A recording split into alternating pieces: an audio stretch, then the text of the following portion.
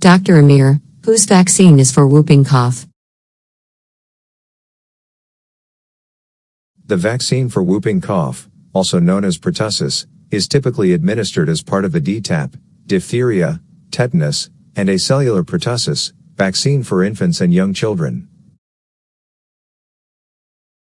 Adolescents and adults may receive the Tdap, tetanus, diphtheria, and acellular pertussis, vaccine to provide immunity against whooping cough and other diseases. Dr. Amir, how do you diagnose a cough? Diagnosing a cough involves a medical history review, physical examination, and potential tests such as chest X-rays, lung function tests, or blood work.